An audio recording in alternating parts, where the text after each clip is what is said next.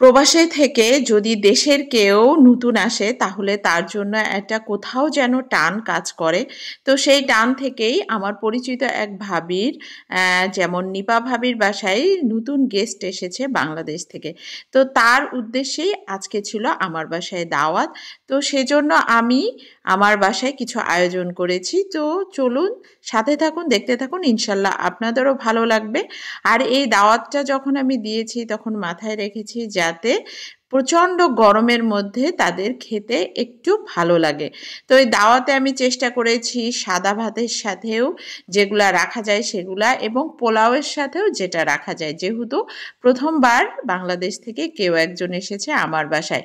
তো সেজন্য আমি পোলাও রেখেছি, রোস্ট করেছি, তারপরে আমার হাতের স্পেশাল গরুর মাংস সেটাও রেখেছি, করলা ভাজি, তারপরে হচ্ছে শুটকি ভর্তা এবং সরিষা ভর্তা, আমার মায়ের হাতের স্পেশাল যে সরিষা ভর্তা সেটাও রেখেছিলাম, চিংড়ি ভুনা এবং ডিমের কোরমা, কোনোটাও কিন্তু বাদ দেইনি আমি, মুড়ি ঘন্ট সবটাই। ও আরেকটা কথা, অনেকে আছে বলে যে মুড়ো ঘন্ট, অনেকে বলে মুড়ি ঘন্ট, আমরা ছোটবেলা থেকে মুড়ি ঘন্টই বলে আসছি।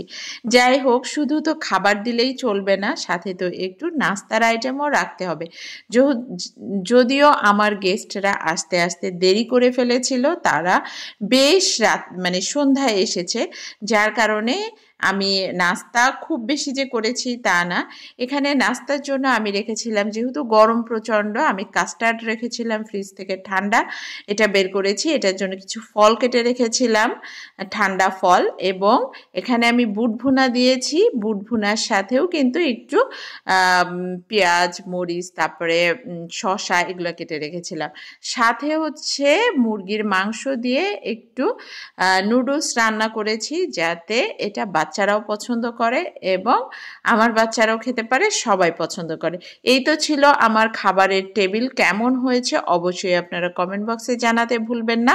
আর ভালো লাগলে আমার চ্যানেলটা সাবস্ক্রাইব করবেন এবং পাশে থাকবেন। সবাইকে অসংখ্য ধন্যবাদ যারা যারা আমার ভিডিও দেখছেন, এবং আমি অনেক খুশি হয়েছি যে বাংলাদেশ থেকে কেউ একজন এসেছে। যদিও আমি আয়োজনটা অনেক বেশি বড় করে করতে পারি নাই, কারণ এত বেশি গরম ছিল যে গরমে সবাই খুব অস্থির ছিল, রান্নাঘরে একেবারেই টিকা যাচ্ছিল না। তারপরও আমার সাধ্যমতো আমি চেষ্টা করেছি। তো সবাই ভালো থাকবেন, সুস্থ থাকবেন, আমাদের জন্য দোয়া করবেন। আজ এখানেই শেষ করছি। আল্লাহ হাফেজ।